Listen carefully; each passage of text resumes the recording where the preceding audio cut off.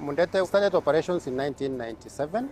It was commissioned in 1999 March by the late President Daniel Arap Moi.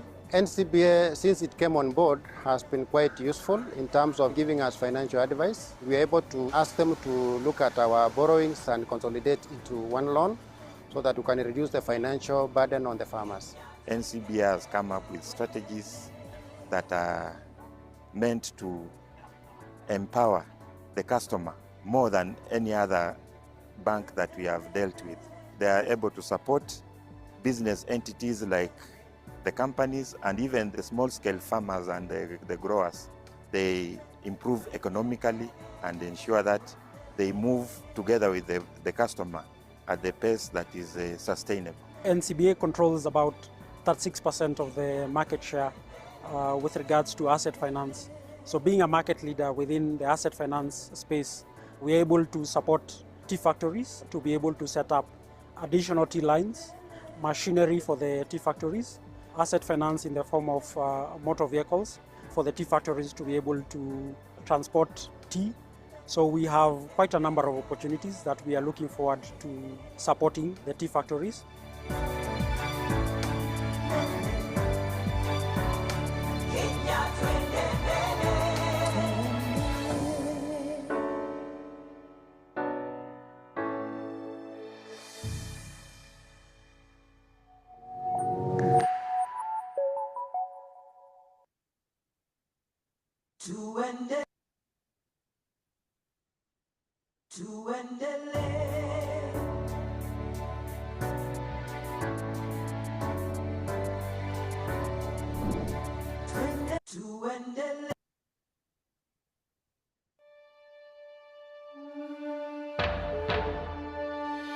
Kote nchini matumaini, tujitahidi, tujivunie, tuendelee mbele, twende mbele, mbele, mbele, tuendelee,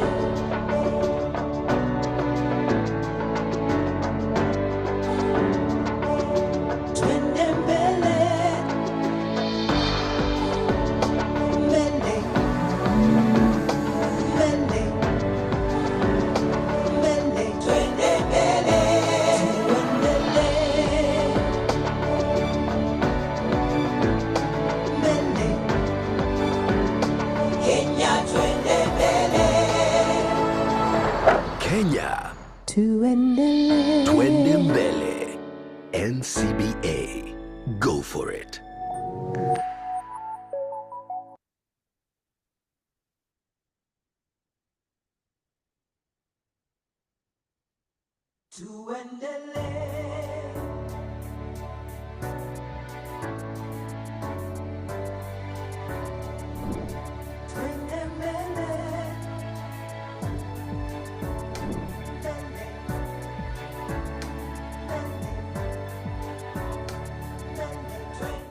West Valley Sugar Company is able to do 1250 tons per day cane, which we are going to produce about 2,000 to 2,500 bags of sugar. That is in a daily basis. We get our sugar cane from the Kericho region, Kericho, Nandi, and Nyando, actually the Nyando zone. Currently we have about 7,500 cane farmers. They range from 1 acre to even 1,000 acres. But the bigger range of the farmers we are looking at are the small-scale farmers, 1 acre to 5 acres. In terms of the contribution to the area, you just look around the area, you see a real town is coming up slowly. You can see people's lives are changing for the better. This factory is employing a lot of locals. NCBA's commitment is that it will continue to support the development of local industries, the development of local factories like this. And certainly in so doing, we also support the supply chain, such as the farmers, the hundreds of drivers that I see transporting sugarcane into this factory, and many other small trucks that are taking that sugar to the shops and other wholesalers. We'll also be supporting farmers in this region who want to get into the transportation business, to get them loans to buy trucks and to buy tractors.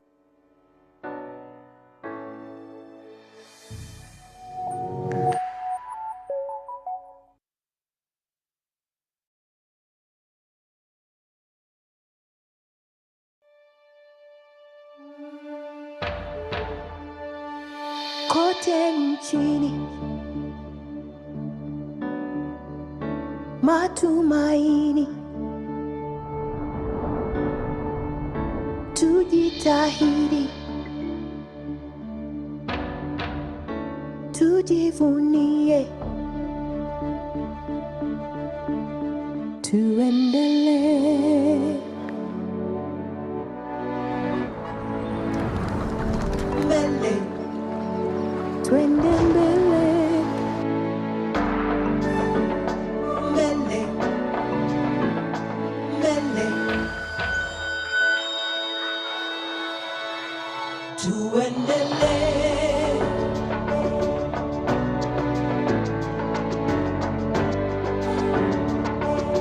Twende mbele, mbele, mbele, mbele, twende mbele, tuendelee. Mbele, Kenya twende mbele. Kenya, Tuendelee. twende mbele. NCBA, go for it.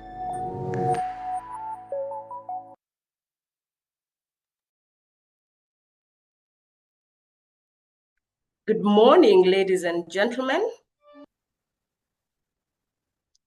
We should be starting in exactly 1 minute. Thank you all for joining us from wherever you're joining us. We have 515, a combination of customers, staff, members of the Fourth Estate, and our esteemed speakers. Welcome. Kindly type your questions in the Q&A section just as we prepare to start in the next 1 minute. Get your teas, get your water as we prepare for the session.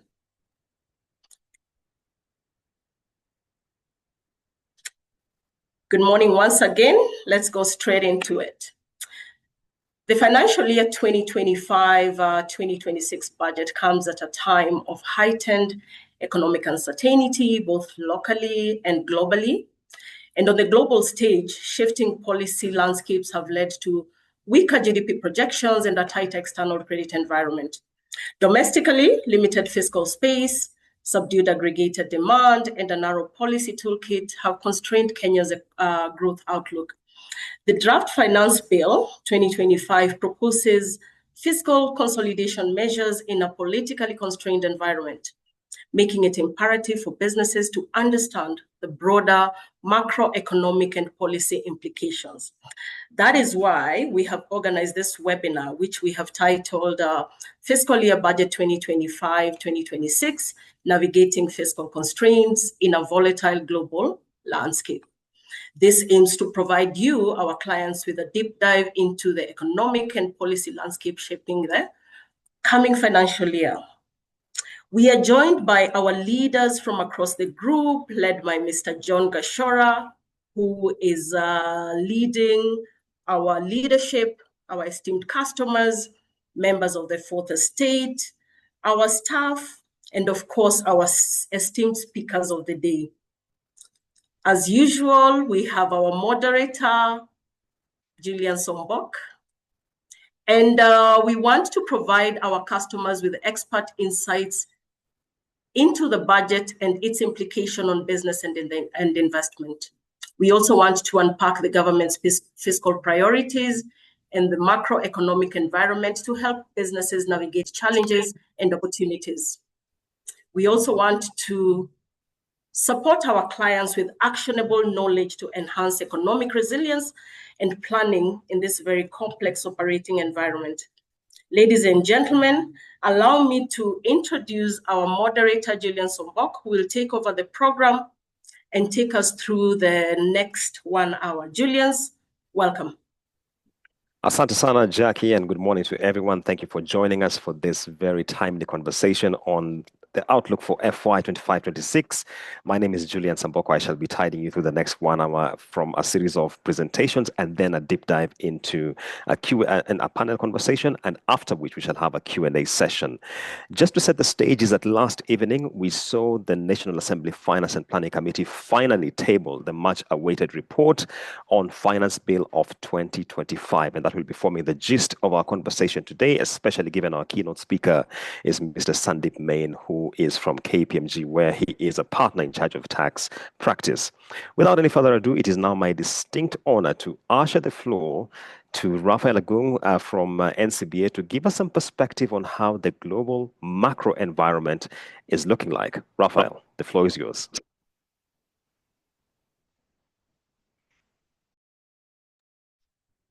Good morning, Julian, and thank you very much for that introduction. Thank you to Jackie for the warm welcome. Thank you everyone for making the time for this webinar. I recognize that we are getting into July and it's getting pretty cold. Our winter is here. So that you chose to spend your time with us is obviously appreciated. Thank you more particularly for your partnerships over the years. Your collaboration has kept us in business, and for that we remain eternally grateful. I think as NCBA, as Jackie did outline, we do take our knowledge and information brokerage remit pretty seriously. We believe that if we stay informed, yourselves as well as our businesses will, of course, track to the right direction. And so obviously, one of the things that we sought to do today is to provide exactly that, which is information around Kenya's fiscal management or affairs going forward.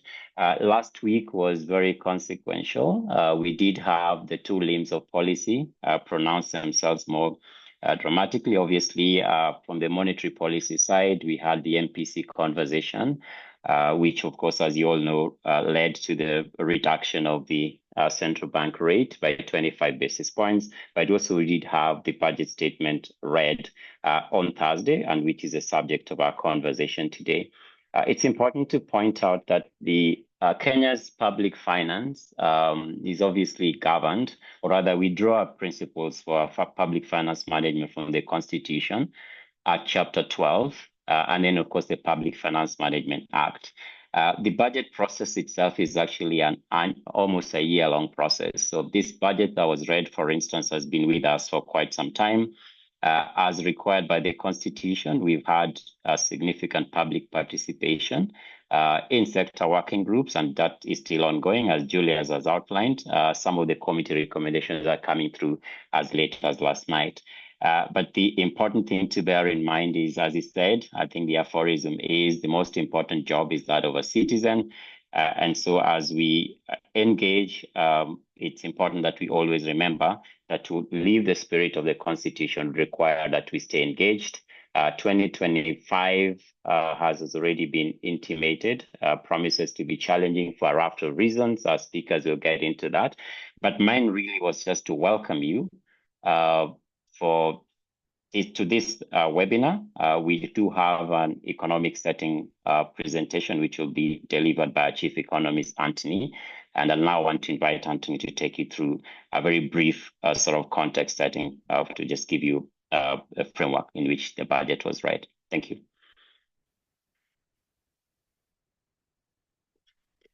Okay, thank you, Raphael, and good morning, everyone. Thank you all for joining us today on this webinar. The year obviously started off with great optimism, both globally and also locally. We were all happy to say goodbye to the volatile, months of 2024. In this context, right at the onset in January, we did see the IMF, project a very significant increase in GDP growth, both globally and also across most of the key sub-Saharan Africa. countries. However, following the US administration's new trade policies that were implemented in early April, all this projection sort of changed. And in this context, we saw the IMF coming into the market right into the beginning of April to actually revise downwards its January GDP forecast. That said, we do expect and also project growth to be quite lower than the outcomes of 2024 for both global and also for most of the key economies that we interact with. That said, what we've also seen in this context is the fact that Kenya's exports are quite diversified in both markets and also the portfolio. And for your information, if you just speak on the US exports into Kenya's exports into the US market, that stood at about 8%, obviously gives us a sense that we could be slightly cushioned with regard to these global developments. However, our own discussions with specific players in this market do indicate that there is actually an opportunity for better prospects once the 90 days lapse.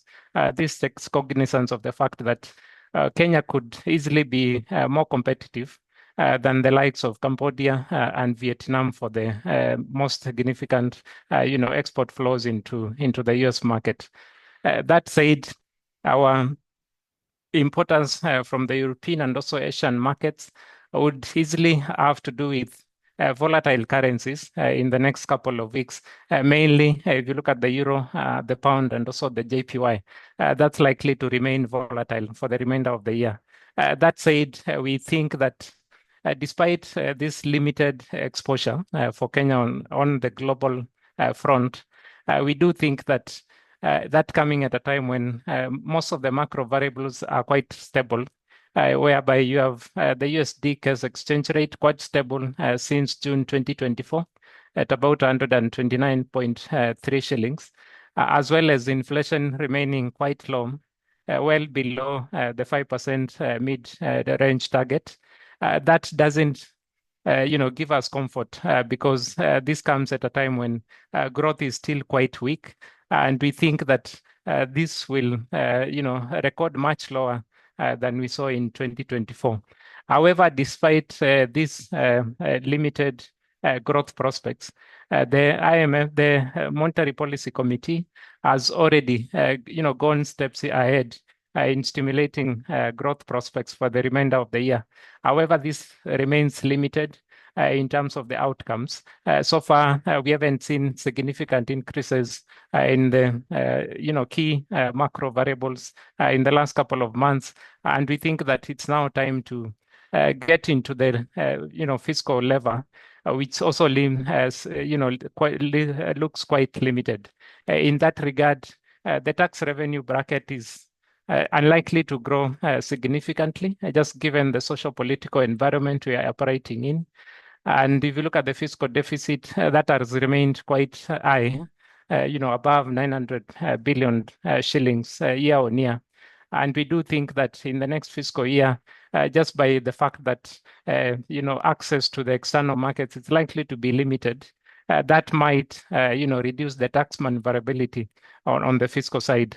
However, we do believe that given this, then overall GDP projection is likely to come in at about just 4.8%.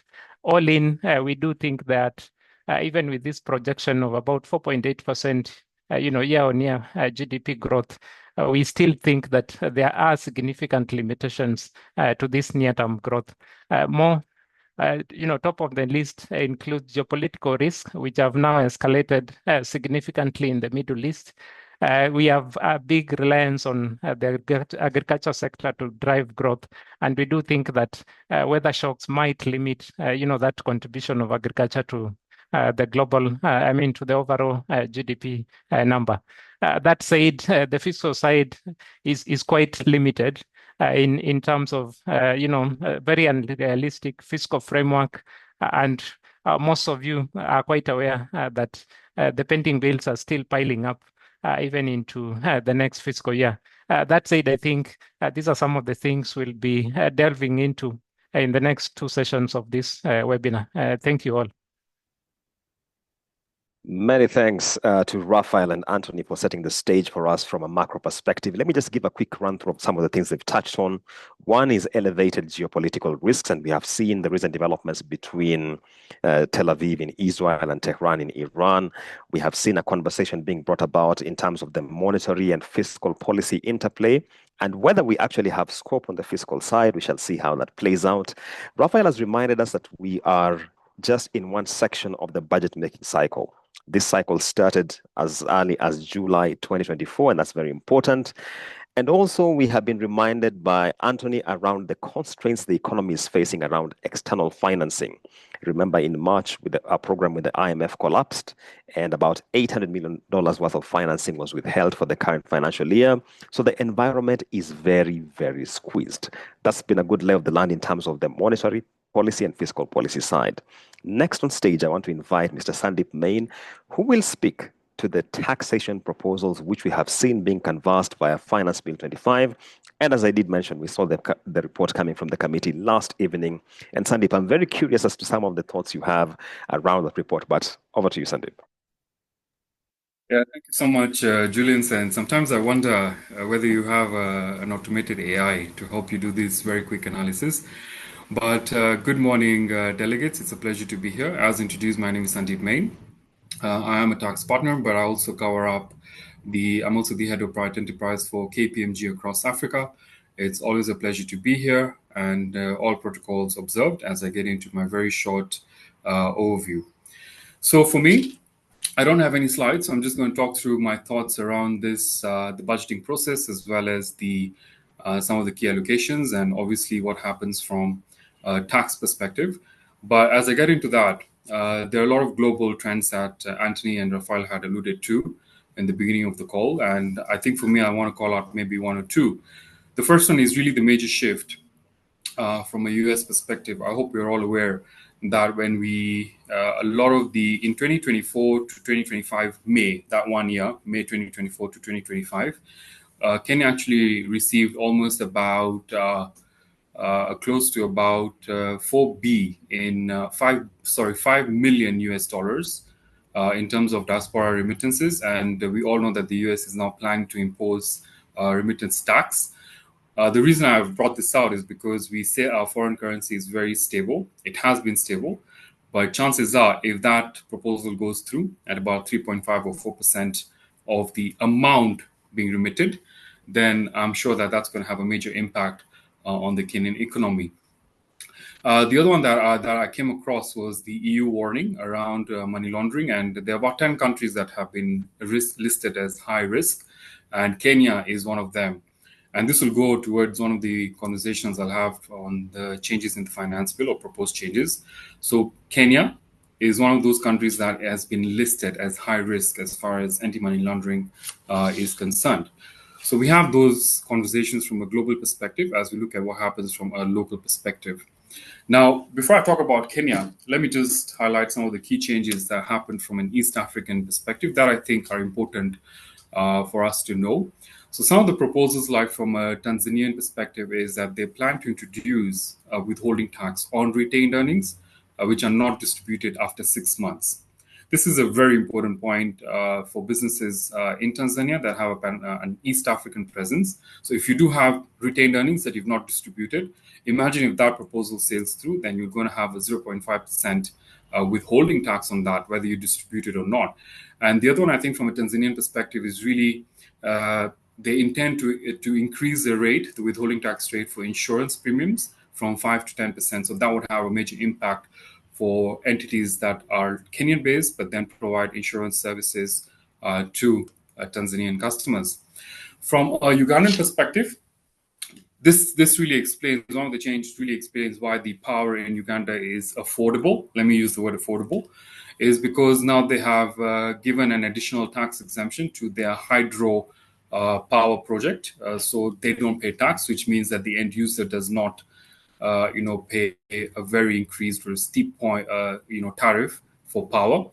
And when we talk about startups, I think the Ugandan regime is trying to follow what happens in Rwanda.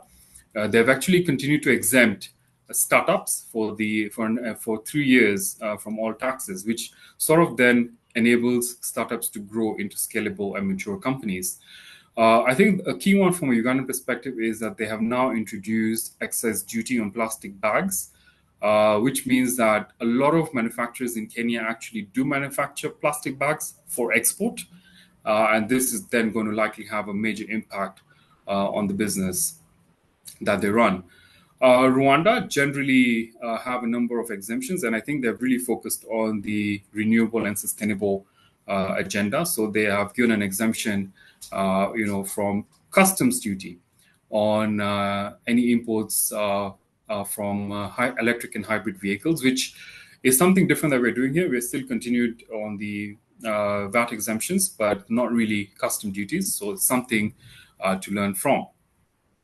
Now, as I get into the Kenyan budget, really speaking, so the CS on Thursday last week talked about a zero-based budgeting. And ladies and gentlemen, when we talk about zero-based budgeting, there's normally a whole process that you go through. And this is something that Kenya has been trying to achieve for, I think, about 1 or 2 years. Julians can chime in on that.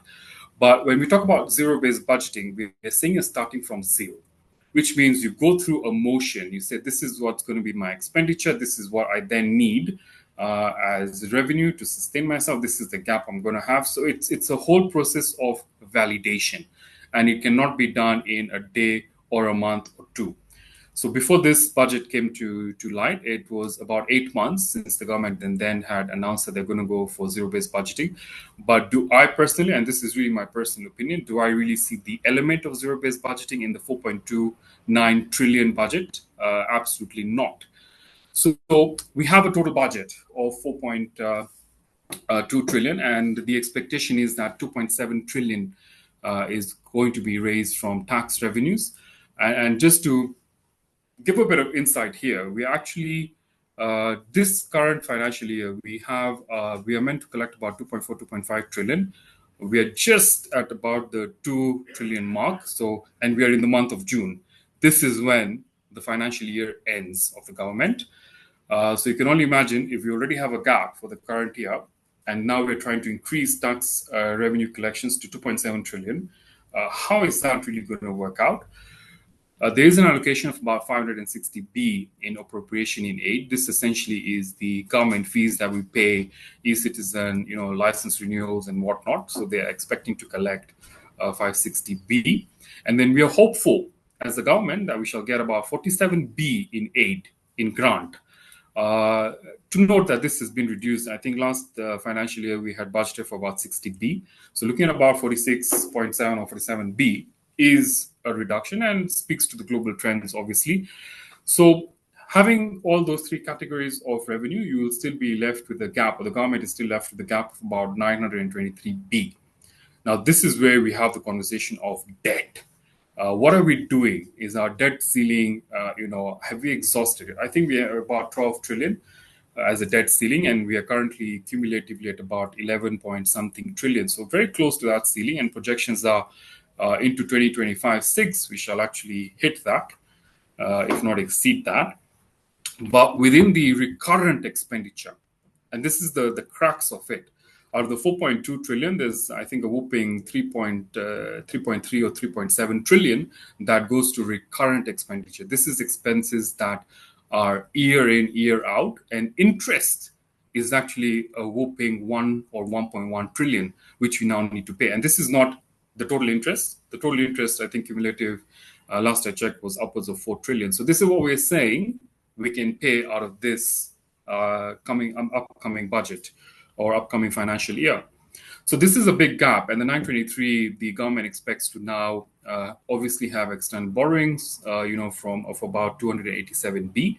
But predominantly, we are expecting to bridge the gap from local borrowings. What does this mean for businesses? This means financial institutions, and not to point out NCBA, but financial institutions would actually prefer lending to the government because it's low risk. It's actually going to be easy to collect. But So there is going to be that issue. Are we going to be lending now to MSMEs that are actually contributing to the GDP and the economy of the country? Or do we then go for a safer and higher return investment, which is the government? So it's going to be high competition as if it passes as is. And I do foresee some supplementary budgets being passed, as was the case even in the current financial year. Now, looking at the tax measures on a very high level basis, I know Julian's is going to have this conversation with a very capable panel. We do have, starting with perhaps the VAT. The VAT elements have really, there's a drastic change. And when I look at the finance bill itself, first thing that comes to mind, it's a very lean finance bill. I've been doing tax for now nearly 2 decades. And this one, when I looked at it, it's assumed that it shall be raising about 35B in revenue, as opposed to previous years where the target has always been like 300B and so on and so forth. But this one is looking to raise about 35B, and it's purely, there's a conversation, are they new taxes? And the simple answer is not really, but this bill has been a major cleanup. There are a lot of alignment within legislation. And there's a lot of movement from what was previously zero rated, like now from a VAT perspective, to now an exempt status. This, ladies and gentlemen, we all know what it means. It essentially means that the cost of doing business, of producing, or even to the end user will go up should these proposals pass. And I know we shall have a conversation, as Julius has mentioned, in terms of that report that was released dead in the middle of the night, Julian's. And I have brushed through it, but we shall have a conversation on that. But as it stands right now, the finance bill has proposed a number of key and core items from being zero rated to exempt. And some of the key ones, I think, would be the ones around the lithium and solar batteries. They want to move it from zero rated to exempt. There's the whole inputs for medicaments, again, moving from zero rated to exempt. There's a bigger conversation around affordable housing and the raw materials on the input of that, which again are moving from now zero rated to exempt. And a critical one there really is the raw materials, for locally purchased or imported raw materials for animal feeds. I heard Anthony talk about agriculture being a key sector, and obviously when we do now move these raw materials for animal feeds from zero rated to exempt, it doesn't really chime into the bottom-up economy or agenda that the government has talked about. Now, when I talk about changes in income tax, and there are several of them, and again, all of these are in either cleanups or in an effort to sort of bridge the tax gaps. I must add, as I get into this conversation, that when the CS was speaking, he has really emphasized on use of technology. That has come out clearly over and over again throughout his speech, if we tuned into that last week, Thursday. And the conversation is really about using data, doing analytics, trying to sort of find out if you have made a supply to someone and that person has claimed or has declared it as an expense, have you paid tax on that? Revenue Authority want to move towards a more real-time way of collecting data. They want to collect their tax even before it is due. And that is what the efforts are of this particular government, especially now in this coming year. So some of the changes, really speaking from an income tax perspective, is really the first one is the reintroduction of a denomination allowance. This is really the, if you recall, there used to be a 33 1/3% some time ago for small tools, utensils, and this was really for the hospitality sector who used to benefit from this. The current bill does propose about 100% allowance, which I thought was a good change or a proposed change. There is a conversation on tax losses, which has been a moot point for a lot of businesses, especially the ones that are capital intensive, make a lot of investments, and then do have these tax losses because of the investments, not really because they're not making profits. So as we stand right now, you're allowed to use the tax losses indefinitely. But now what the government has proposed is that they would want to now change that and limit it to 5 years. And I have not seen any transition clauses, but assumption is that if you have tax losses up to now, you do 2025 and they're up to now, 5 years from now, this cumulated tax loss, you will then essentially lose it. But I have seen some changes or proposals from the committee on this, and we'll talk about those as well.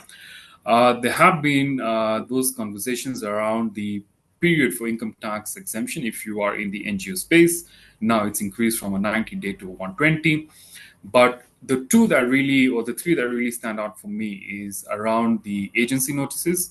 So while I said there are no new tax measures, I would say that the government is now trying to collect tax in advance. What do I mean when I talk about agency notices? I mean, if you have a dispute with Revenue Authority today, should this law pass as is, that essentially means the Revenue Authority can go and issue agency notices to your banks and collect the disputed tax, whether you agree with it or not. And that process happens either you are at the DAT or even if you're at the courts. They can actually do that. So that's what they want to propose to do. This is really disadvantageous. I think it goes against the Constitution of Kenya. It's my basic right to defend myself. And if I've not agreed to a tax liability, why is it being collected? I think for me, the bigger problem, if this proposal should sail through, and I did see a recommendation from the Finance Committee on the same, that it should not. But, this is a very fluid conversation. It can change at a drop of a hat. So should it sail through, and this is the tone that I saw even at the CS, and I did come across some links on when the chairman of the Revenue Authority was speaking. They're very keen about why they want this proposal to go through. We're looking at 2.7 trillion. I think this is going to be a breeze. They might even exceed if this proposal does go through. Imagine you have a dispute of $1 billion or 2B, or even 100 million or 20 million. Depending on the size of your business, assuming you are even able to remit that to Revenue Authority, the question would be, if Revenue Authority lose at the TAD or the High Court, what are the chances of you getting back your money? I'll leave that as a thought for you to think about.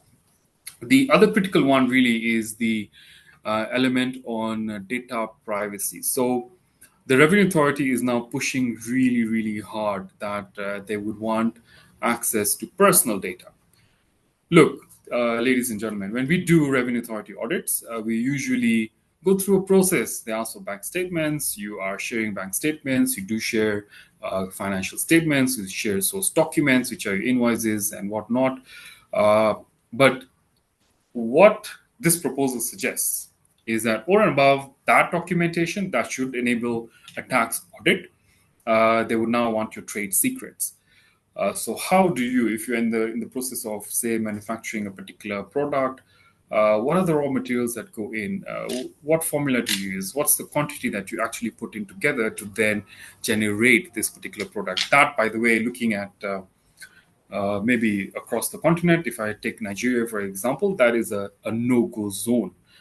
Because they believe that if now you take my trade secret on how I'm doing my business, on how I'm producing my quality products, what is stopping you from leaking this? What is stopping you from starting your own business and then doing it at a lower price and then putting me out of the market? We have products, a dime a dozen, if you talk about lotions, but I have a specific lotion, for example, that I prefer to use. And if that is now going to come at a cheaper cost, as an end user, I would say, why not? It's all about the depth of one's pocket. So trade secrets, ladies and gentlemen, is a big thing. And if should this proposal sail through around personal data, how much is enough? Where is the thin line? And that's why the Constitution and our law, as currently worded, protects Kenyan citizens. And that is the essence of legislation and law. I think I'd also like to talk briefly about payee. So it's not all doom and gloom, I must say. There were some good things as proposed in the finance bill. We did see elements around payee. So personal income tax, there was an element of an increase in per diem. So you do remember the 2,000 shillings that you get on a day basis if you're out of your workstation. You don't need to account for it, and it's 2,000 bob, but that has been here since I've been doing tax, which is now almost close to 2 decades. So that has now changed to 10,000 shillings a day. Is it enough? I don't think so. It should be higher, but hey, at least it's something. Should this sail through, then if you do have out of town, trips, then you are allowed to claim up to 10,000 shillings on a day basis without actually accounting for it. If you do need to account for it and you're spending more, then please take a float cash flow from the organization and then account for it. And then we do have the other one around the construction of residential premises, which again is a very good proposal. So currently, as it stands, you can only take a deduction from a payee perspective on interest paid on mortgage.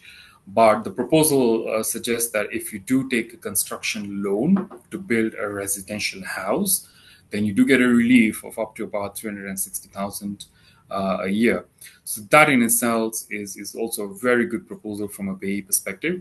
I did see something from a startup perspective as well, but this is really around my very initial conversation. If you heard me talk about the blacklisting or the money laundering issues around and Kenya being listed by EU. So the government has proposed, or the finance bill has proposed, preferential corporation tax rate of up to 15% for the first 3 years and 20% for the next 3 or 4 years for startups, but have to be certified by the Nairobi International Financial Center.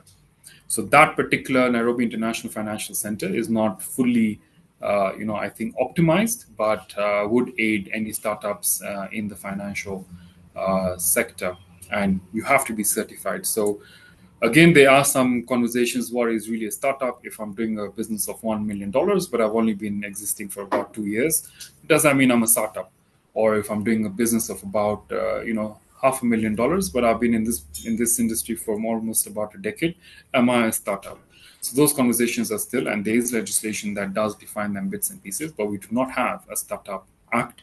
That one is actually still a bill with Parliament. But ladies and gentlemen, I think I'm going to stop at that. Those are some of the key changes and key highlights I wanted to bring to our attention, just to give you a brief of where we are going as a country, why we need our budgets to keep increasing. And this 4.2 trillion is actually likely to increase. I think I saw up to about 5 or so trillion in the next 2 years. But with that, thank you so much, and back to you, Julian. Many thanks to Sandeep Main, tax partner at KPMG, for giving us some good flavor around the expectations we have, both on the pros and on the cons in terms of the challenges we are facing. We keep disagreeing with Sandeep on a number of proposals, and one of them is what has come from the committee on this issue of the carryover losses by 5 years, but we shall take that offline. I can see we have a strong turnout of 830 plus individuals who have plugged into this conversation. Thank you so much for joining us. Please remember you can drop your questions on the Q&A tab, and we'll be happy to sample them and respond to them appropriately at the time as and when it comes. I can already see some coming in, including questions on AI and what this means for labor force realignment. I think that's a very important question, which we shall tackle. But for now, let's jump into my panel conversation. And I'm delighted to be joined by an eminent panel here. I have Rispa Genga Ohaga, Group CFO at East African Breweries Limited. I have Dr. Tejal Dolthia, Managing Director, Thika Cloth Mills Limited. Let me just mention that I'm in the newsroom. You'll hear a lot of noise in the background. Please bear with me for that. And I also have Dr. Samuel Tiriongo, Head of Research at the Kenya Bankers Association. Ladies and gentlemen, thank you so much for creating time to be with us this morning. Let me start with you, Rispa. We have seen the build-up to the budget for FY 25-26. We started with the sector working groups, went to the budget review and outlook paper. We received comments on the budget policy statement. When you look back, how do you characterize this budget cycle, and what, in your view, has stood out, Rispa? Thank you, Julian, and a real pleasure to be here. I think in terms of this year's budget, it's fair to say that the lessons of Finance Bill 2024 were learned, and we can see a lot more effort to explain the proposals, to encourage transparency, and to really be inclusive around what is a highly technical and polarizing process. So I think we can see that there's been a shift from the tone that was there in Finance Bill 2024. Having said that, whilst the sector groups started working and there were outlook papers done, what we saw was also parallel processes that would traditionally fall within the budget process. And we saw the introduction of the Business Laws Amendment Bill Act 2024, as well as the Tax Laws Amendment Act 2024. So these were used to bring through some of the provisions of the Finance Bill 2024 that didn't sail through, and has actually introduced a new nuance to the budgeting process that we haven't seen before. What that has also done is see a raft of regulations and levies coming from different quarters, different ministries, departments, and agencies, bringing some level of unpredictability to the budgeting process. So, for instance, in manufacturing, we have seen the introduction of an extended producer responsibility levy by NEMA, and that is introducing some new levies around packaging, which could actually see the cost of production in our sector going up by up to 70%. And this is something that's not coming through the normal budget process that it should. So whilst there were some positive policy shifts that came through those processes, I think it's really hard to now see where the budget process starts and ends, and where you may have other regulations coming in to bring in levies and charges that would have been traditionally part of this process. And I think that brings some level of unpredictability, complexity, and just a challenge on how we visualize the policy, the budgeting and policy process. But looking at the process of the Finance Bill 2025 itself, I think coming after a lot of scrutiny last year, we do see quite a shift from just being a process of increasing taxes to one that is more focused on, just enhancing tax administration, improving efficiency, and rationalizing tax expenditure before, the budget would be really focused on what is up, what is down. But you see a lot of cleaning up coming with this one. However, I think our concern still remains, is this the full story? Or are we going to see other agencies and ministries and departments coming up with new things under the table that then, make it quite challenging to predict how to operate? But overall, I think my view is some good things, some challenging things, but it would be good to see everything in one basket for purposes of businesses having less complexity and more predictability. Thank you very much, Rispa Genga, telling us that it's becoming a bloodline, figure out exactly where the cycle ends and another one starts. I'll be coming back to you, Rispa, with a quick question, because when I challenged NEMA on the levy you've talked about, the argument that was thrown at me is that we are all looking for a way of sustainability financing. We've seen proposals of a carbon tax from the World Bank. I'll be getting a comment a little later on that. Let me jump on to Dr. Tejal Dothier. Looking at this budget cycle, what has stood out for you?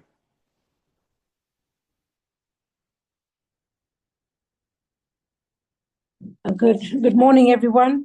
Actually, I think it's quite a simple budget. I can't see many taxes having gone up. Actually, and I think it's a good thing, because industry is really struggling a lot. Like you talked about the global environment. So if you talk specifically like about the textile industry, you can see that most of the textile mills in the world are not running at full capacity. So everybody wants to run their factory, including us here in Kenya. So you can see the competition is going to get stiffer and stiffer. And in the space in which we are in, where we have a lot of imports, a lot of textile coming from other countries into our local market, whether they're finished goods, secondhand or isli, etc., you find that there's a lot of product coming into the country, and you just wonder, how are we going to survive this environment, So I was actually pushing for higher taxes, or I wouldn't say higher taxes, but better implementation of collection of taxes when anything enters our country, especially the textile when it comes, to ensure that all textiles pay at least a minimum tax or some kind of tax, because I feel sometimes it's a very informal market and the materials are just coming without taxes. But I may be wrong. I'm not a customs officer, but I think generally speaking, the environment is tough for manufacturing, and I think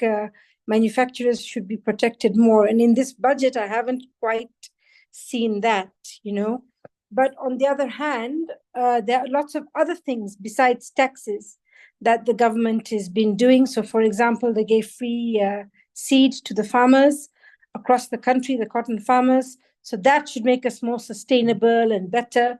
For example, the lowering of the interest rates, or having mechanisms that allows us to borrow at a lower interest rates, that has also helped quite a bit. So when you look at the other measures which are taking place, I think that's all really going to help. The power cost is something which is very difficult for Kenya, because although I have been really pushing hard for reduction of power costs, because that's the thing that will allow us to be more competitive against the globe or around the globe, or also allow us to export more, etc. It's difficult to reduce. What they're saying on this front is that if we reduce the power cost, then you will not get power tomorrow. And, I went to Congo and I thought, the guys there said, put up your factory here. And I said, oh my God, I told them, you come to Kenya and see how much power I use, what I do. And then we can talk about putting up the factory in Congo, So I think in Kenya's environment is a good environment. We have access to everything.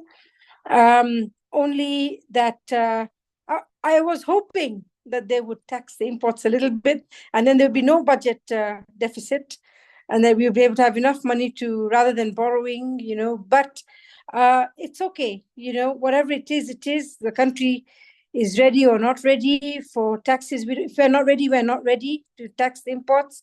I understand from where I'm sitting, and I just got to make things work the best we can in the environment which we're in. And the other policy which has been really strong in ensuring that our manufacturing sector continues is the Buy Kenya, Build Kenya, which was established in 2016. And it continues, where there is a drive towards buying local, giving preference to our local manufactured products. So when I was a child, we had the Milo. If you remember the Milo advert with the boy running, and he was a champion, and he won the race, and he put his hand up and said, I've won because I drink Milo, and it was locally manufactured. It's my prayer that we see things like that again. We see a bit of it, especially in the food industry. There's some good brands, good names out there. We just hope that the manufacturing sector can really shine again. And some of the policies which are here haven't really addressed the imports. If you go to Carrefour, you can see so many products, and most of them are not made in Kenya. And when you import, you send your money to another country, and you send your jobs to another country, and you don't value add. Whilst if you do it in Kenya, then imagine the farmer gets something, the country gets something, NCBA gets something, everybody benefits, So there should be a push for local manufacturing, and they should make it easier and more attractive to go for manufacturing in Kenya. So and I haven't seen anything in terms of taxes that help. But I think budget is about taxes, But otherwise, I think the government is making all efforts to try and make us more sustainable and more competitive. Thank you. Yeah. Thank you, Doc, for your introductory thoughts. I can see questions coming in thick and fast, and I can see questions from hospitality. I can see from construction. I can see from the education sector. And because this is your forum as attendants and customers, I will relegate my questions and I'll start jumping into your questions. But before that, let's get the opening thoughts from Dr. Samuel Tiriongo, Kenya Bankers Association. Talk to us about your thoughts on this budget cycle, especially the interplay between monetary and fiscal policy. Doc. Thank you, Julian, and thank you to the NCBA team for the invitation to be part of this conversation. I think from a standpoint, as the banking association and industry level, we look at the budget for 2025-2026 as more leaning towards imposing more taxes on businesses than and actually preferring a lot of reliefs to the individuals. And I think Dr. Sandeep provided a very good and detailed cover of the taxes that are coming on board. So for us from the banking side, we look at this budget as not bearing any direct implications on banks, but there would be indirect implications, particularly through the customers. We've talked about manufacturing sector facing certain challenges in terms of the goods that have been moved from zero rate to tax exemption. You've talked about the construction sector facing some challenges in their animal feeds, pharmaceuticals, locally assembled vehicles, batteries, facing certain, their movements towards tax exempt has very serious implications in terms of the costs that customers have to bear at the end, and of course the business prospects going forward.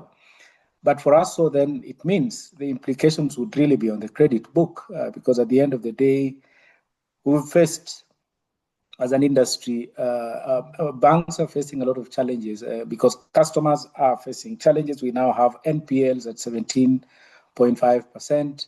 And the concern would be when would reprieve come through in terms of customers being supported to be able to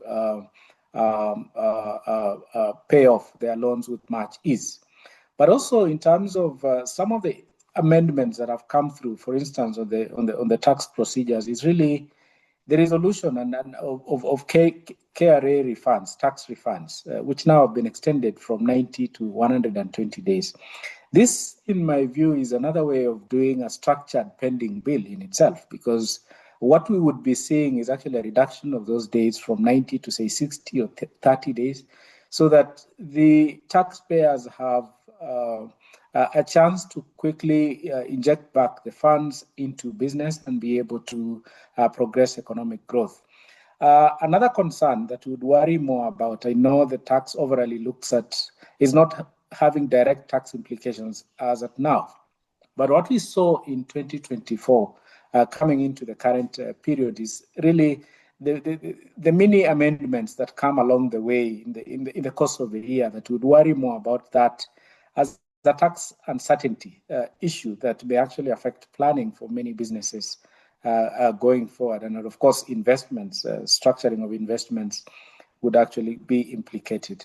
So for banks, we see the NPLs question in terms of, I know there are certain proposals to really resolve the NPLs, but then another concern would be now what is being structured really from the tax refunds perspective. And of course, the burden that is actually being extended to businesses is becoming a real issue, and therefore the implication on the credit market would actually be what we are likely to see in terms of the recovery of credit may be slower than anticipated because of the challenges that businesses now have to bear, heavier burdens on taxes and even the cumulative carryovers that we have seen, capital losses. And all this really have direct implications on the extent to which banks would actually be able to grow credit, which again feed into economic recovery that we saw envisioned. I know there is a planned economic recovery to actually projected economic recovery by the central bank at over 5%. We would have reservations, and I think I want to agree with the presentation that was made earlier by Anthony, that anything between 4.7 and 5 would actually be more realistic in terms of the growth prospects, given the fact that credit recovery may not actually be very strong in the light of the challenges that continue to be embedded in, as much as we're seeing the taxes are not being increased, but even the ones that have been put through, the ones that are currently being implemented, are heavy enough and therefore continue to bear a lot of burden for businesses, and particularly the MSMEs, because many of them are struggling. Orders are very low in terms of sales. And of course, when big manufacturing outfits are facing challenges, those challenges trickle down to the smaller businesses. I'd keep it at that for now. And I think I must thank Sadip for providing a very deep and detailed cover of the budget. Thank you. Thank you, Doc. Samuel Tiriongo from the Kenya Bankers Association. Friends, I told you this is your session, so I'm relegating all my questions and getting straight into what I'm seeing coming in through the Q&A. Let me start with a question from Mr. Frank Moller. The hospitality industry in Kenya has faced significant challenges over the past year, with nearly 100 restaurants closing. What specific impact do you foresee in the sector? Are there measures in the bill that provide relief or support for businesses struggling with sustainability in this sector? Rispa Genga, please help me respond to this. Yeah, I mean, let me start just by commenting on manufacturing, because that's where I am from, and then the knock-on effect on hospitality. I think from my perspective, when I look at the contribution of manufacturing to our economy, this has shrunk over time. Manufacturing used to contribute about 12%. Around 2011, we are now currently sitting at about 7.8%, and that has grown very slowly in the last 1 year. Growth in manufacturing is just about 1.3%, some of the slowest growth we've seen historically. So that just tells you that the environment is quite challenging, and we do need policies that are favorable to manufacturing. That enables us to provide then goods at costs that are reasonable to hospitality industry and other industries, to create employment and to have people have money in their pockets. Because when you have an economy where people can spend, that is what will spark growth. But at the moment, with the policies we've had in the recent past, people have less disposable income, less spending power, and at the same time, increased taxes, meaning higher cost of production. So you've got a double whammy there where you're starting to feel that impact on the economy. I think there was immense pressure to balance all of these things, but I think our economy will only grow when we're able to insulate ourselves from imports, produce for ourselves at reasonable costs per consumption, and that is when we shall see growth. And we are feeling the same impact the hospitality industry is seeing, and that is largely because of the high taxes we saw coming into individuals' pockets, particularly the employed individuals. So they're not able to spend at the same level. It takes time for their salaries to catch up with that, and at the same time, salaries are not able to catch up because there's increased cost of production and increased taxes. So I think it's a conundrum that needs to be addressed. I do think from a manufacturing perspective, everything that is said in the government's agenda on where they place manufacturing and where they're putting their money is not aligned. There's just 0.4% of the budget allocated to manufacturing. There are real challenges around cost of power, and this also impacts hospitality, cost of credit and their access to credit. And whilst the things they've done around digital access and reducing the cost of that, there's still quite a lot to go for, and ensuring that our manufacturing industry is efficient and competitive. So I think from my perspective, there's still a lot more from a policy perspective that can be done to make all our local industries more competitive and to spur consumption, because that is what will see our economy grow. Rispa is telling us we need to put a amount where our money is, or is it the converse in terms of speaking about manufacturing and actualizing our policies? There are many anonymous questions on exchange rate and foreign exchange. And let me combine two questions here. And these questions will go to Raphael Agung first, and then Dr. Samuel Tiriongo. One, the question is being asked, what are your projections on the USD-KS exchange rate? That's the first leg. The second one is, we're seeing a lot of tensions escalating in the Middle East between Iran and Israel. Are we expecting spillovers, and will they hurt FX? Raphael, the live wire is yours first.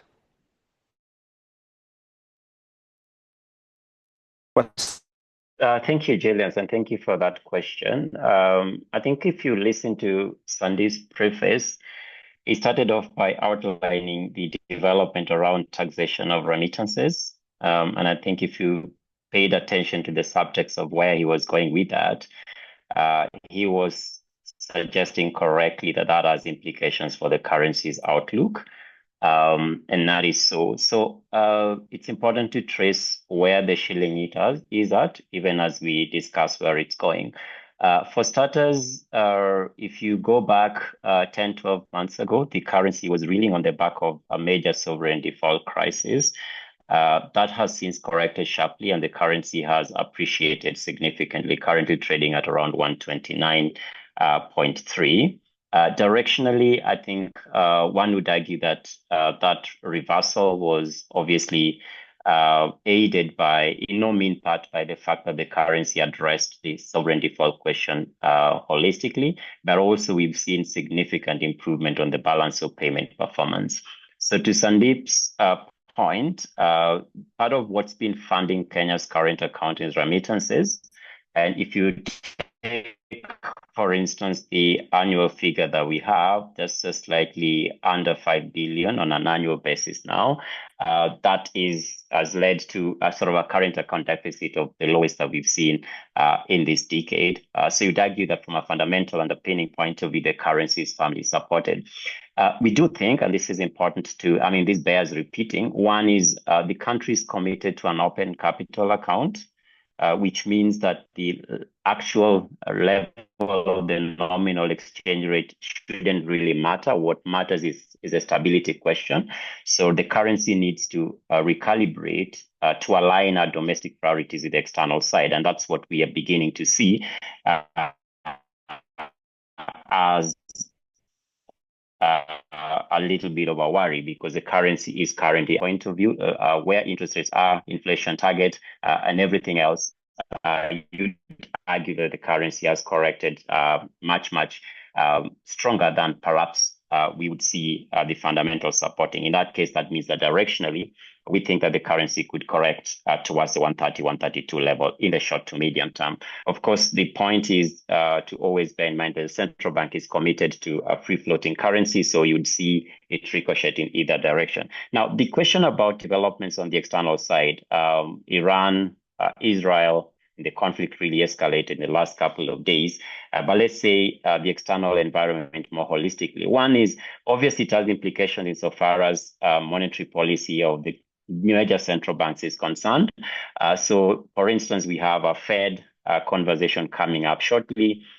If the external environment remains choppy, that has implications for external financing, and some of it was spoken to in Sandeep's brief.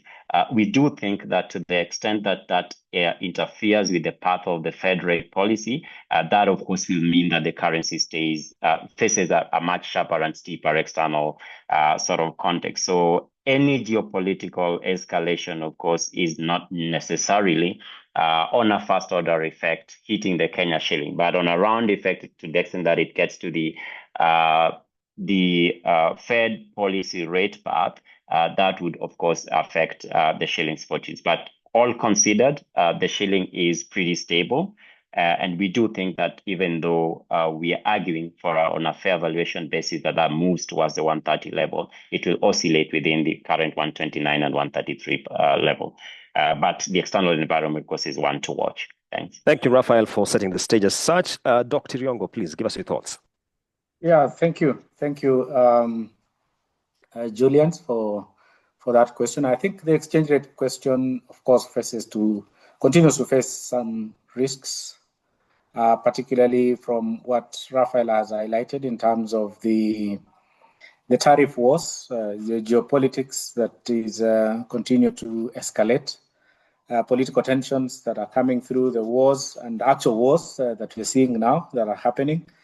And to the extent that it affects the import-export imbalance in the country and the cost of our imports, because right now we are structuring an economic recovery path, and that recovery is funded strongly by imports through the oil and machinery that are key inputs in our recovery path.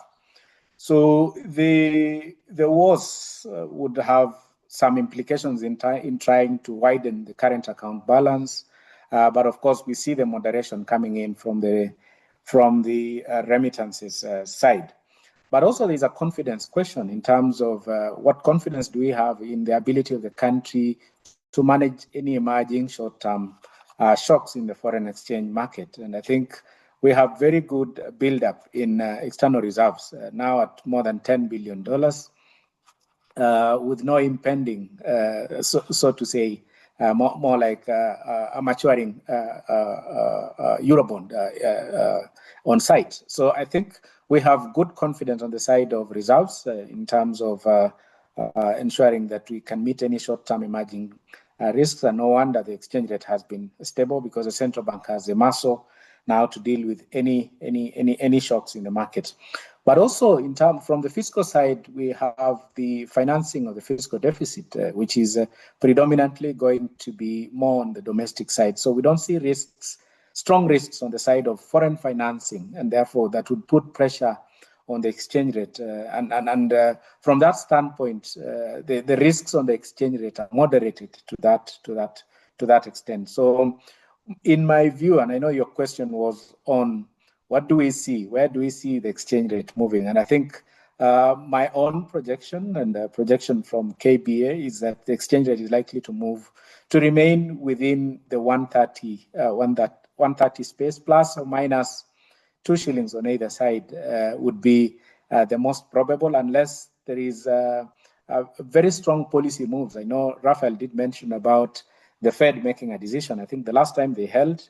So with a hold on that, we see the exchange rate remaining more or less steady within the 130 plus or minus 2 shillings on either side, basically supported by the confidence and the strong remittances that the country continues to enjoy. Thank you. I noticed the number of attendees really shot up as we were discussing FX. I don't know whether we should continue on that tangent, but I guess we have many questions to address here. Let me come to tax questions, and this one's go to Sandeep. So I'll bundle them up, 2 of them. One is coming from Goose Construction Group. Quick question. The removal of VAT exemptions on construction material could add up to 16% more on the total project cost. Will there be safeguards or targeted exemptions on that, Sandeep? And then the second one is, could you elaborate on the government's proposal to introduce 35% excise duty on imported finishes such as tiles and sanitary ware? Sandeep, very quickly. Thank you so much, Julius, and thank you for those questions. So on the first one on affordable housing, indeed, yes, it is going to shoot up the cost should the proposal sail through. But I have seen that report from the Committee of Finance and National Planning, where they are recommending deletion of that particular proposal. But just, Julian's putting that into a bit of perspective, and getting these exemptions is by no means a small task. It is quite cumbersome. And in my experience, I think we've only successfully got them for a handful of developers. And maybe that's why the government was going in this direction. A lot of the developers have opted to add on those costs as part of the final price of the house. So possibly that's where they were coming from. And indeed, yes, should this proposal go through as is, it will increase across board the cost of these affordable housing, which are meant to be affordable. And the other one on the 35% on the tiles and sanitary ware, I was aware about this proposal in the FB 2024, but I've not seen it in the FB 2025. But I stand to be corrected. But that proposal was not there in 2025. Sandeep, you're quite spot on, because I was equally trying to check my notes and I see it was in Finance Bill 24, but I can't trace it in 25. Let me cross over to a question on manufacturing here. On the principle of Buy Kenya, Build Kenya, which it includes foreign companies producing their products locally, which is good in many ways, has the government really invested to increase research, development and manufacturing Kenyan-designed products? Let me start with Dr. Tejal, and I'd also be curious as to what RISPA has to say about that. So I think on the Buy Kenya, Build Kenya, I would say that for me, it should go at a much faster rate. A company like ours, when we were given the opportunity to be given preference because we are a local manufacturer, we grabbed it so fast, and we were very innovative to see what was needed, and we immediately put in the technology that was the machinery that we needed, and we went for it like very aggressively, and we got it. And actually, that was the difference between it still being in existence and having been, because the imports are so many, and to compete with the way the products coming, if you look at the mitumbas on the street, if you go to Isli, where do you find your space? How do you outshine what's already there? And I think the Buy Kenya, Build Kenya has really worked for us. It has also helped us innovate.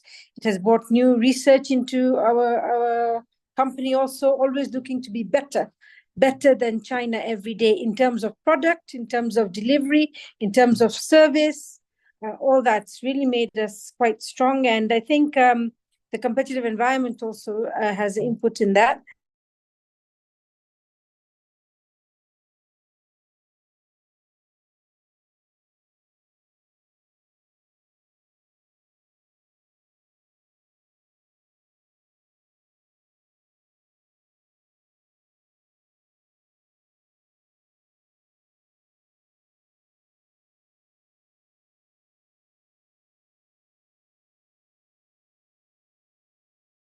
I remember them, and they were all manufactured in Kenya, and we loved them all. Or the goody, for example. Now Umoja started making the goody in Mombasa. So I mean, but we don't want to be outshined by imports. We had brands here, and we had great brands here, and we manufactured locally. And so what says that we can't do it? And it's only because we've opened up our markets so much, and we allow everything to come from anywhere. And we're not even sure whether the duties are collected at the ports of entry or not, So why can't we just strengthen our ports of entry and say, this product is being charged 25% duty, that is the duty we are going to charge, and you have to pay it, There are no shortcuts. And if you have a proper structure, then our manufacturing can come back, Thank you. Yeah, and not for individuals, just a structure which is fair to all. It can't be that one person can bring it at 10% and another person is paying 25%. That's unfair competition, So let us try and make our country very fair, everybody paying the same, so that we compete with one another within. And we compete here in Kenya, not with the imports.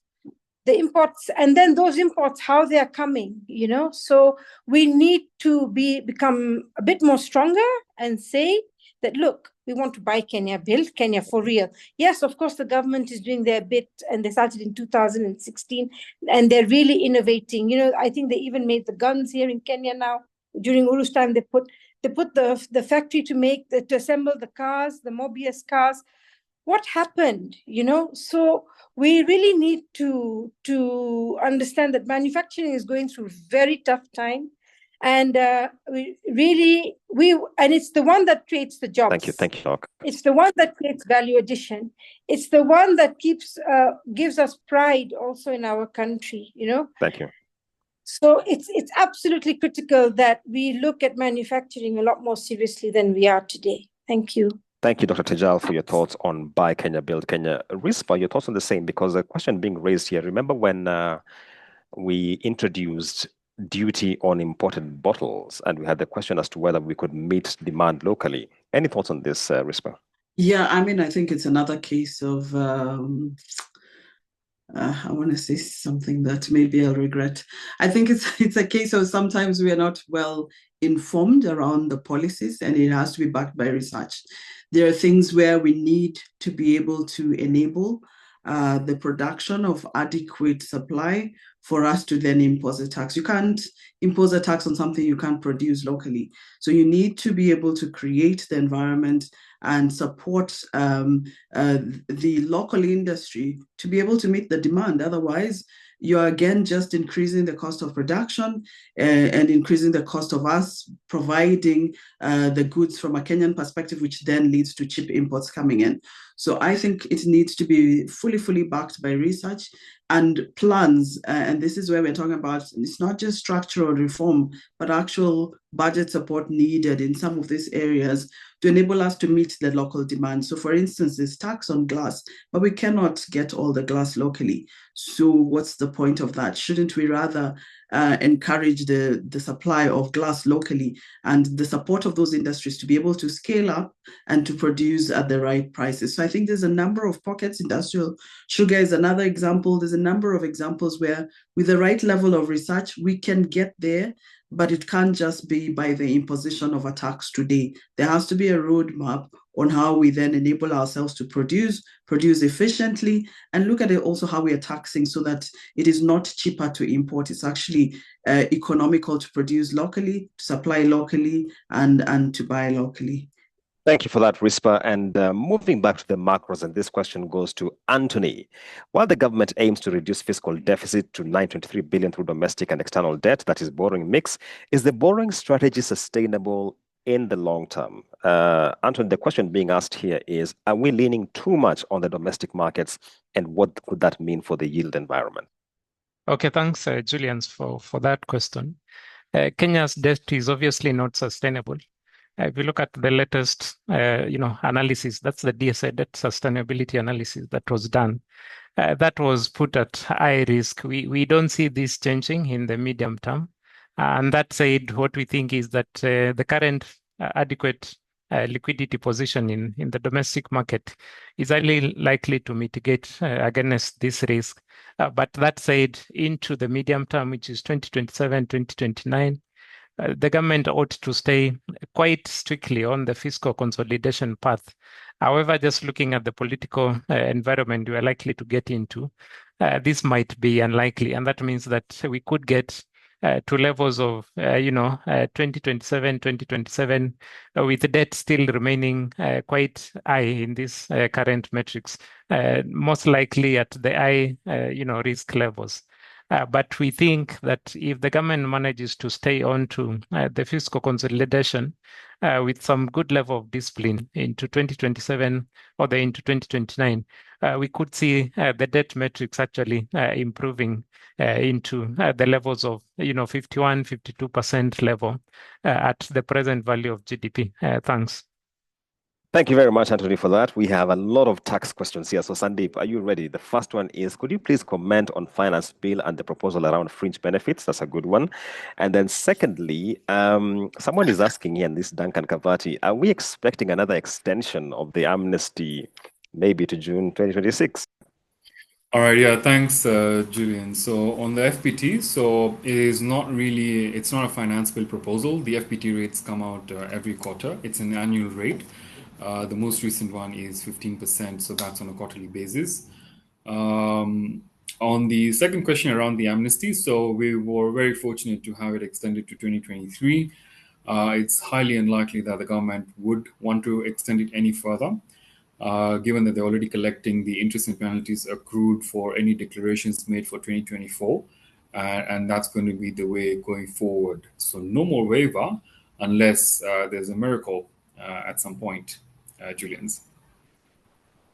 Thank you very much for that comment, Sandeep. And let's see this question coming from Bernard Olayo. How does FY 2026 budget address the importation of raw materials for animal feed production, particularly in terms of tax incentives? Sandeep, again, that one is right down your alley.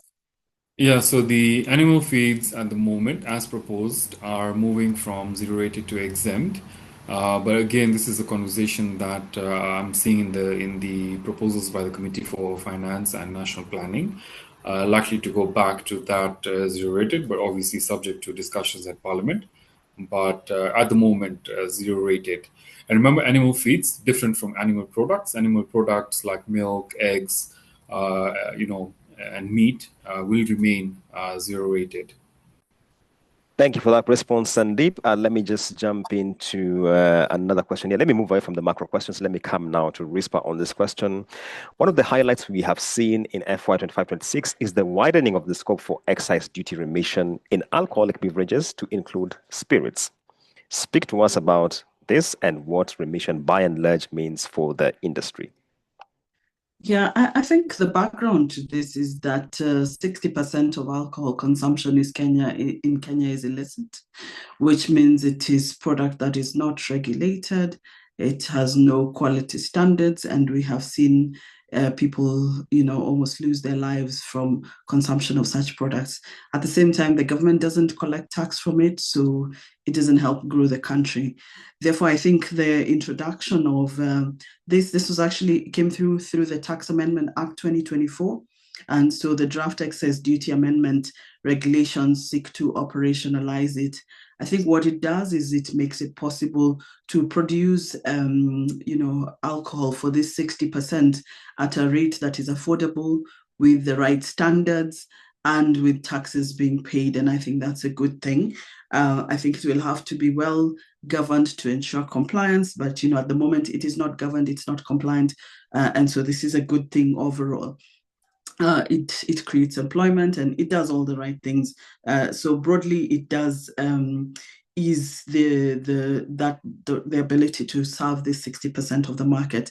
When you think about spirits, 52% of the retail price is taxes. So giving some relief on that will again help address the affordability question. I think Frank asked the question around hospitality industry. And so the affordability question means that there will be consumption. People will consume. So you better make it safe for them to consume. So I think that's my take. It's a good thing.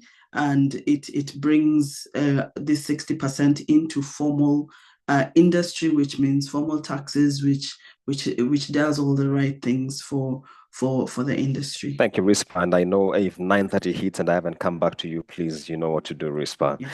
There's a question here, and it's very important on education. Now, I don't have an education person on the panel, but I guess Raphael and Tiriongo will help me delve with this matter. Capitation pending for national treasuries is so far about 65 billion, and is speaking about, if you look at the FY 25-26 estimates, there has been a challenge in financing basic education. And there are many issues raised here, but the long and short of this is, are we on a sustainable path around funding education when you look at the funding model for the universities, as well as the challenges we have in basic education? Raphael, please go first, then I come to Tiriongo. Well, thank you, Julian. I think as the question itself points out, the education sector ought to be prioritized, not only because of its important contribution to actual output, which is human capital formation. And if you see over the years, it's been one of the largest expenditure areas for government, understandably. Bear in mind that the budget obviously is also a reflection of our values, and to the extent that Kenya has opted to compete on human capital side, I think this is very, very important. But the reason for that, for instance, concern that you raised regarding whether our funding of our education is sustainable is the fiscal space question. So it goes back to the question you asked Anthony earlier, which is, do we have, is our financing strategy kosher, as it was? So we have significantly much reduced fiscal space. You have expenditure priorities, both discretionary and non-discretionary, that really can't be avoided. And so what do? And you have to drive to some sort of sustainable debt path, given what the debt numbers is showing us. And really, this is a quagmire. On the revenue side, you have much further depressed outlook in terms of growth. So in terms of tax on products, you're having also revenue challenges there. So really, I think it's not to really empathize with government. This is a significant problem of funding constraints, particularly on the revenue bit. But the truth is, in terms of sectoral allocations, you still see a significant prioritization into education. And the government does recognize that in terms of fiscal risks to the exchequer, this is one area, particularly from our collective bargaining agreement. If you see, for instance, higher education funding that you point out, including just payment of staff salaries and what have you, that remains a concern. So, Julian's really, the upshot here is the budget is tight. There isn't much room to allocate everything, and really the government has to pick and choose where to send the money. And obviously, they've at least shown by intention that education is still a priority, even though the struggle on this space is real. Thanks. Thank you so much, Raphael. Doc, very quickly. Yeah, thank you. I think if we look at generally the expenditure patterns within government, a lot of it has been on the hard infrastructure, whether it's in education or even in the roads and dams and all these infrastructure. And I think we've done that quite a bit and for a fairly long period of time. I think it's an opportunity now, and I want to concur. I think it was Rispa who did mention, who did mention about how do we boost consumption? How do we translate the spending into higher consumption in the economy? I know education sector is, they call it a net lending. It's an investment at the end of the day. But the problem that we have in the country is, yes, we've produced a lot of graduates, but then the conversion of those graduates into employment creating agents is still a challenge. So can there be direct investments into converting the education output into jobs and creating value, higher value for the economy? Yeah, so there's a lot of attention that needs to be actually directed towards tertiary education, more so perhaps to create jobs at that level, because the reliance on white-collar jobs is continuing that space is narrowing over time, and the need for our education system to build people who can create jobs is increasingly becoming important. So on the fiscal side, and I know I mentioned about heavy investment on infrastructure, which have very long turnaround time in terms of delivering results for the economy. Perhaps it's time also to start reconsidering, to look at expenditure patterns that actually translate directly into boosting demand and consumption levels in the economy, because that's what would drive economic turnaround. That's what would drive revenue generation in the economy in the short term. Otherwise, if you were to do a road from one place to the other, it takes 20, 30 years for it to actually pay back in terms of the investment that is channeled there. Education too, we need to be very deliberate on the same space to actually invest in education that turns into jobs immediately.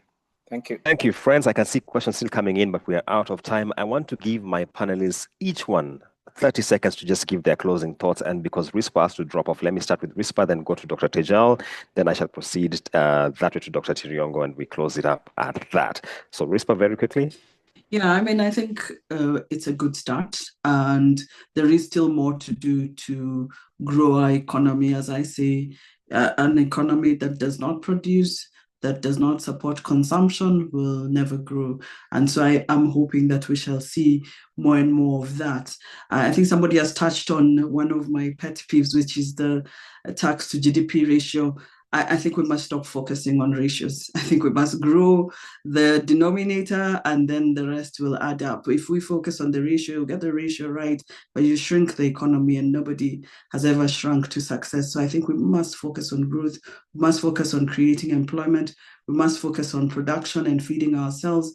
And we must focus on the things that enable us to support more consumption, which is what will take us eventually to those ratios. But at the moment, I don't think we are at the point where we should be guided and led by ratios in their entirety. So thank you for this forum. And I think as we keep on sharing with government, giving them a lot more research and data and facts, I think it will enable them to make the right decisions under very tough and challenging times. So thank you very much. Asante Rispa. Dr. Tejal, 30 seconds, please. Okay, so just to say, for me, I'm talking from the manufacturing space. What I can say, it's a really tough environment for all manufacturers right now. Hang in there, things will only get better. And really just remain focused, and yes, we will succeed, and the point is that we need to keep pushing for buy Kenya, build Kenya, because sometimes you may not be competitive. Sometimes you might not have the exact item you want, but let's give our local production the preference. Let's push, because that's where the jobs are going to come from. That's the way the value addition is going to happen. That's where the skill is going to be developed. That's where innovation is going to come in. So let's remain focused, all of us, and let's keep pushing our manufacturing agendas. Thank you. Thank you, Doc. Dr. Tiriongo, next, 30 seconds. Yeah, thank you. I think it's all fiscal. I think the solutions to our economy are strongly anchored on the fiscal. What we do with the fiscal in terms of fiscal discipline, in terms of directing spending to growth enhancing and demand boosting ventures, I think that would be a critical pillar in terms of causing the desirable economic recovery that we so wish to see. And of course, at the end of it all, shared growth. If we can have distributed growth in a way that boosts demand in the economy. Right now, we are challenged as an industry, low credit growth, 2%. How do we finance the projected economic growth at over 5%? We need to boost demand in the economy. And what do? It must start with how we channel our funding for fiscal investments, fiscal spending. And I know now we're moving into high spending season, because this is the fiscal year that precedes the election year. So fiscal pressures are going to be elevated. Revenues may not necessarily yield what is desirable, because Private sector credit growth is low. So what do we do with the fiscal slippages that we are likely to see? It would take a lot of deliberate effort to channel spending to growth enhancing and demand boosting ventures. Thank you. Thank you, Doc. Now, Raphael and Anthony, I will skip you because we'll get closing from NCBA, but Sandeep has to give us some closing thoughts. Sandeep, 30 seconds. Yeah, thanks. Thanks so much, Julians, and thank you so much, delegates. It's been a pleasure discussing the budget and the finance bill analysis with all of you on the call. Clearly, a lot of work that we need to do, and in order to reduce our expenditure as well as reduce our gap. So thank you so much, and back to you, Julians. Asante. Before I invite Charles to give us the closing thoughts, we have a QR code for you to give us feedback. Please, could I have that on the screen? All the participants, and I can see we are still at 750 plus. Please scan there, share your thoughts. We would like to have a more enriched conversation on other matters developing in the economy. So please ensure you scan that. Meanwhile, Charles from NCBA, please come and give us the vote of thanks. Thank you very much, and good morning to all. As introduced, I'm Charles Omondi, Director, Corporate Banking. I wish to take this opportunity to thank our eminent panelists, RISPA, always a spark being in the panel, Dr. Tejal Dodiam, a good customer, Thika. Dr. Tejal, you can hear me? Thank you very much for the good work that you're doing in Lamu. Sandeep Main. Thank you. Dr. Samuel Tiliongo, your expertise and insights, always very, very appreciated. Again, we've got some very good memories. We've been told if we manufacture in Kenya, value add in Kenya, we buy Kenya, we will always build Kenya. So the Milo Patco goody memories are always there. And probably Julians will need to find time to have another session for Gen Zs so that we can bring them to speed. Asante sana to my colleagues from Global Markets team and our research desk led by Raphael, Anthony, and Samantha for setting the context for the discourse today. To our esteemed customers, thank you very much for finding time. I know we started when it was very cold, but I'm sure the conversation has really warmed us up and we are ready for the day. And I want to assure you, together with my colleagues here at NCBA, led by our Group Managing Director, John Geshora, assure you of our commitment that goes beyond banking. It is about partnering with you, understanding your needs, and supporting your growth, especially during this volatile time. Thanks to members of the Fourth Estate for providing media coverage for this session, and of course to our marketing team led by Jackie and Susan for ensuring that today's event runs smoothly and the NCBA brand remains elevated. This has been a very engaging session, and I'm sure we have all picked one or two things which will continue to provoke our thoughts as we follow through the implementation of this ambitious budget in a volatile environment. Once again to all, thank you very much. And as we say at NCBA, let's all go for it. Thank you. Back to you, Julian. Thank you, Charlie. Thank you for everyone who has been part of this conversation. I can't believe we are still at 750. It's been a delight. I can see questions still coming in. We shall do this again next time. And it's been a delight being your host, Asanteni Sana.